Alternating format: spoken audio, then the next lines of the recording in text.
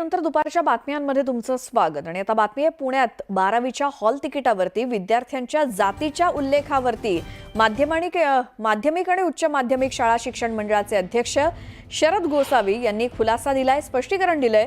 विद्यार्थ्यांच्या जातीचा उल्लेख नाही तर प्रवर्गाचा उल्लेख करण्यात आलाय, म्हणजेच ओबीसी, एसटी, एससी असा तो उल्लेख आहे। सामाजिक न्याय विभागाकडून विविध प्रकारच्या शिष्यवृत्ती दिल्या जातात, त्यात विद्यार्थ्यांना सोय व्हावी, अडचण येऊ नये यासाठी प्रवर्गाचा उल्लेख करण्यात आलाय असं स्पष्टीकरण देण्यात आलंय। विद्यार्थ्यांच्या जातीचा उल्लेख फक्त दाखल्यावरती असतो, त्यात चूक झाली तर पुढील शिक्षणात अडचण येऊ शकते, ते टाळण्यासाठी हॉल तिकिटावरती प्रवर्गाचा उल्लेख करण्यात आलाय अशी माहिती गोसावी यांनी दिली। परीक्षेच्या हॉलमध्ये विद्यार्थ्याची जात कोणती आहे ही सरळ जाहीर करता हे अत्यंत चुकीचं आहे। बोर्ड जे स्पष्टीकरण देते तेही पटण्यासारखं नाही। याचं कारण असं की हॉल तिकीट हे अत्यंत तात्कालिक आणि तात्पुरतं आहे, परीक्षेच्या 15 दिवसापुरताच त्याचा वापर होतो।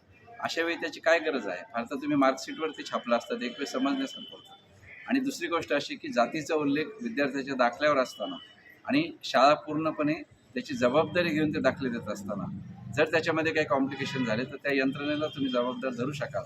त्यामुळे दाखल्यावर जात असताना पुन्हा हॉल तिकीटवर जात प्रवर्ग टाकण्याची कुठलीही गरज नव्हती। या हॉल तिकिटाचा उपयोग विद्यार्थ्याच्या पालकांना तसे विद्यार्थ्यांना आपलं नावाचं स्पेलिंग बरोबर आहे का, आपल्या आईचं नाव बरोबर आहे का, आपली जन्मतारीख बरोबर आहे का, आपल्या जातीचा प्रवर्ग बरोबर आहे का, हे पाहणे अत्यंत महत्त्वाचं आहे। आणि या उदात्त हेतूने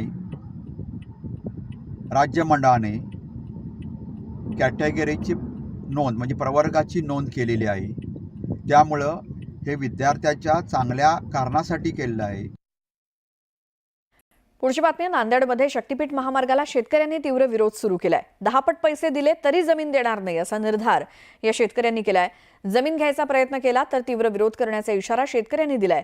शक्तीपीठ महामार्गाच्या प्रस्तावित रस्त्यात नांदेड जिल्ह्यातील अर्धापूर तालुक्यातील काही गावातील शेतकऱ्यांची जमीन जाणार आहे, त्यामुळे जमीन देण्यास शेतकऱ्यांचा विरोध आहे।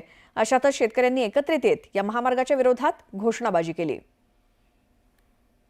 तर ही जमीन शेतकऱ्यांच्या हातातून गेली तर सगळे शेतकरी देशोधडीला लागणार आहेत आणि त्यामुळे शेतकऱ्यांचा प्रचंड विरोध या महामार्गाला आहे। आमची सुद्धा या माध्यमातून सरकारला इशारा आहे की जर हा महामार्ग रद्द करण्यासाठी त्यांनी नाही केला तर तीव्र आंदोलन काँग्रेस पक्षाच्या वतीनं आम्ही या भागात सुरू करू। जसं कोल्हापूरमध्ये विरोध आहे तसंच त्यापेक्षा मोठा विरोध नांदेड जिल्ह्यातून आम्ही या शेतकऱ्यांच्या मदतीनं आणि शेतकऱ्यांच्या सहाय्यतेने आणि त्यांच्या मदतीसाठी आम्ही त्यांच्या खांद्याला खांदा लावून हा लढा तीव्रपणे या ठिकाणी उभा करू।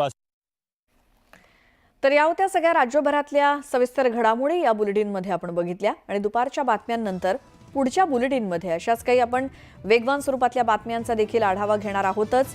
त्यासोबत महाराष्ट्राचं नंबर 1 न्यूज चॅनल न्यूज 18 लोकमतला केल्याबद्दल सर्व प्रेक्षकांचे पुन्हा एकदा आभार। आणि आम्ही असेच अचूक आणि सर्व वेगवान बातम्या तुमच्यापर्यंत पोहोचवण्याचा असाच प्रयत्न करत राहणार आहोत। यानंतरच्या बुलेटिनमध्ये 25 मिनिटं 50 बातम्या बघूयात, मात्र त्याआधी महत्त्वाच्या बातम्या।